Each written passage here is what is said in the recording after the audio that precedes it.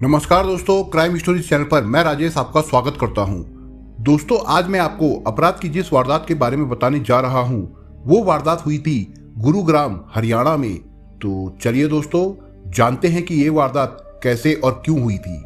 विक्रम सिंह चौहान और दीपिका गुड़गांव में DLF phase 1 इलाके में स्थित अंसल वैली व्यू सोसाइटी के टावर 3 में 8वीं मंजिल पर रहते थे।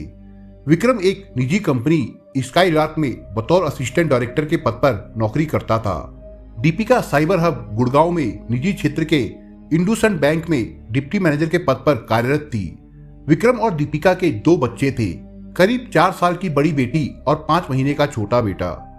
उस रात उत्तर भारत में चांद उगने का समय लगभग 8:06 का था, लेकिन आसमान में बादल छाने और धुंध का असर होने के कारण काफी देर तक चांद नजर नहीं आया। बाद में जब चांद दिखाई दिया तो दीपिका ने छलनी से चांद के दर्शन किए। इसके बाद छलनी से उसने पति विक्रम का अक्स देखा। फिर दीपिका व्रत खोलने की तैयारी करने लगी, लेकिन इस बीच विक्रम कहीं जाने लगा तो दीपिका को शक हुआ कि वो सैफ के पास जा रहा है। सैफ से विक्रम के संबंधों को लेकर दोनों में झगड़ा होने लगा। इसके कुछ देर बाद रात करीब 9:45 बजे सोसाइटी के लोगों को तेज चीख के साथ किसी के ऊंचाई से गिरने की आवाज सुनाई दी। आवाज सुनकर सोसाइटी के सिक्योरिटी वाले वहां पहुंच गए। कई फ्लैटों के परिवार भी आवाज सुनकर भूतल पर आ गए थे। वहां लोगों ने देखा कि एक महिला जमीन पर गिरी हुई थी। सिक्योरिटी वालों के साथ सोसाइटी के अन्य लोगों ने उस महिला को पहचान लिया। वो उसी बिल्डिंग की 8वीं मंजिल पर रहने वाली दीपिका थी। मतलब वो 8वीं मंजिल से गिरी थी। लोगों ने दीपिका की नब्ज देखी, लेकिन उसमें जीवन के कोई लक्षण नजर नहीं आ रहे थे। उसके दिल की धड़कन भी थम चुकी थी। इस बीच दीपिका का पति विक्रम भी नीचे आ गया। वो दीपिका को देखकर उससे लिपट गया और रोते हुए कहने लगा, दीपिका, तुम मुझे छोड़कर क्यों चली गई? सोसाइटी के सिक्योरिटी वालों ने पुलिस को इसकी सूचना दे दी। पुलिस कंट्रोल रूम से सूचना मिलने पर वाल पहाड़ी पुलिस चौकी इंचार्ज विनय कुमार मौके पर पहुंच गए। पुलिस ने मौका मुआयना कर विक्रम से प्रारंभिक पूछताछ की और शव पोस्टमार्टम के लिए अस्पताल की मॉर्चरी में भिजवा दिया। पुलिस ने इस बारे में रात को ही सोसाइटी के कुछ लोगों से पूछताछ की। पूछताछ में पुलिस को पता चला कि विक्रम और दीपिका में कई महीनों से झगड़ा चला आ रहा था। झगड़े का कारण विक्रम के सैफ से प्रेम संबंध थे। इसी बात को लेकर दोनों में अक्सर झगड़ा होता था। पुलिस ने विक्रम से पूछताछ की तो उसने बताया कि आज वो ऑफिस में लेट हो गया था। दीपिका बार बार उसे फोन कर रही थी। वो उससे जल्दी आने को कह रही थी, पर वो ऑफिस से जल्द ना आ सका। जब वो घर पहुंचा तो इस बात को लेकर दीपिका उससे झगड़ा करने लगी। वो कह रही थी कि वो मायके जा रही है। दीपिका मायके जाने के लिए निकली तो वो उसे सीढ़ियों के पास छोड़ने के लिए आया। तभी दीपिका ने गुस्से में बालकोनी से नीचे छलांग लगा दी। मामला संदिग्ध था, इसलिए पुलिस ने रात को ही दीपिका के मायके वालों को सूचना दे दी। उस दिन पुलिस की जांच पड़ताल में आधी रात से ज्यादा का समय बीत गया था, इसलिए आगे की कार्रवाई और पोस्टमार्टम अगले दिन करना तय किया गया। दीपिका के पिता हरिकिशन आहूजा चंडीगढ़ में रहते थे।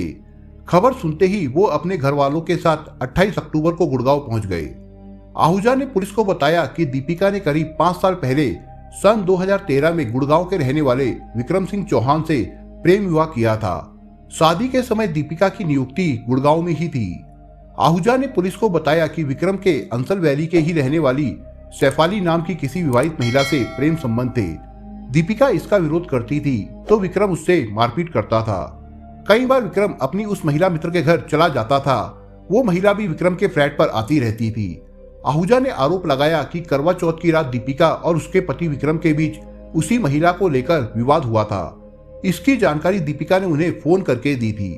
इस दौरान गुस्से में विक्रम ने दीपिका को बालकोनी से नीचे फेंक दिया।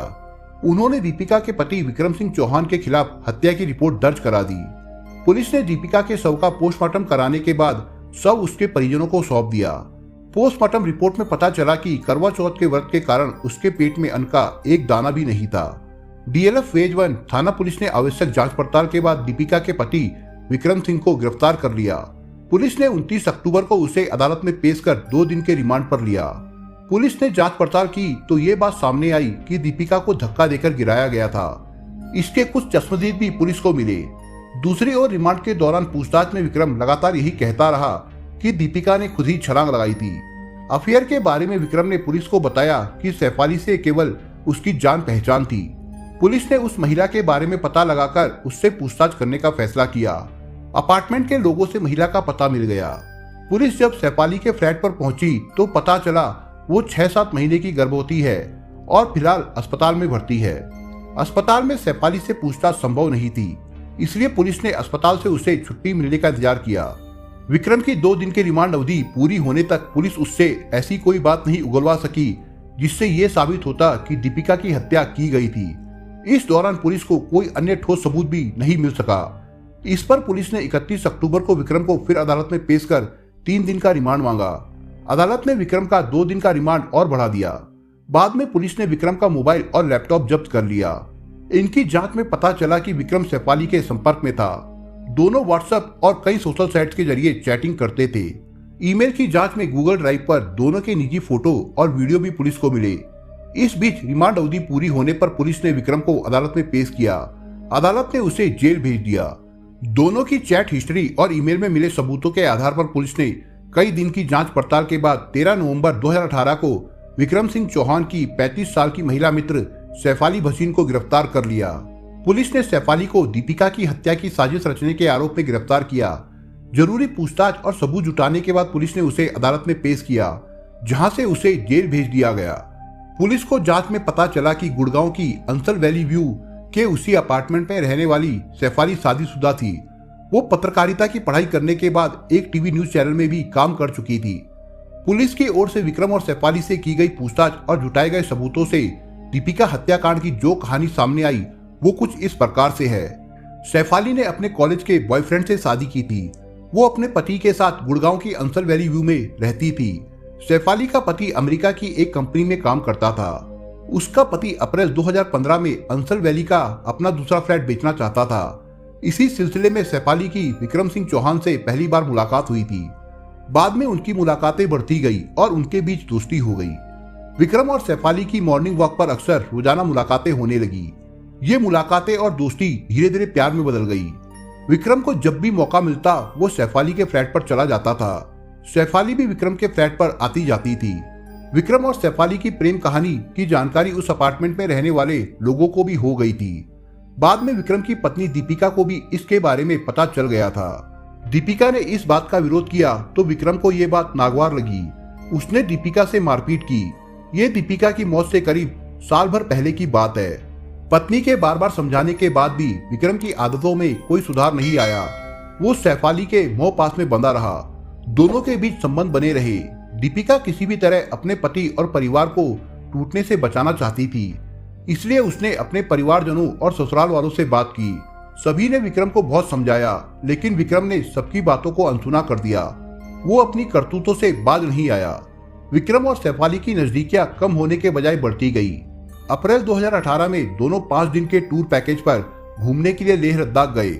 इसी दौरान विक्रम और सैफाली ने आपस में शादी करने का फैसला कर लिया, लेकिन परेशानी ये थी कि दोनों ही शादीशुदा थे।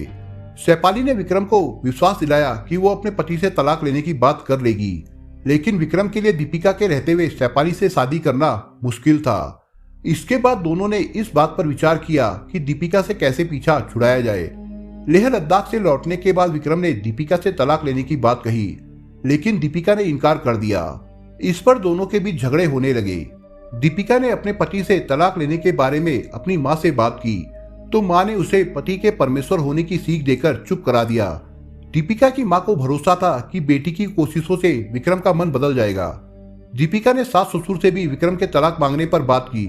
इस पर उन्होंने भी बेटे को कई बार समझाया, लेकिन विक्रम ने किसी की बात नहीं मानी। इस बीच सैफाली ने पति को अपने अफेयर के बारे में बता दिया और उससे तलाक लेने की बात कही। इस पर सैफाली का पति तलाक देने पर सहमत हो गया। उसने तलाक के पेपर भी तैयार करवा लिए थे। दूसरी ओर दीपिका के तलाक न देने से विक्रम और सैफाली परेशान थे।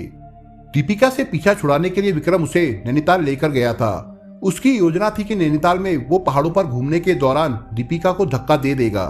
इस तरह उसका दीपिका से पीछा भी छूट जाएगा।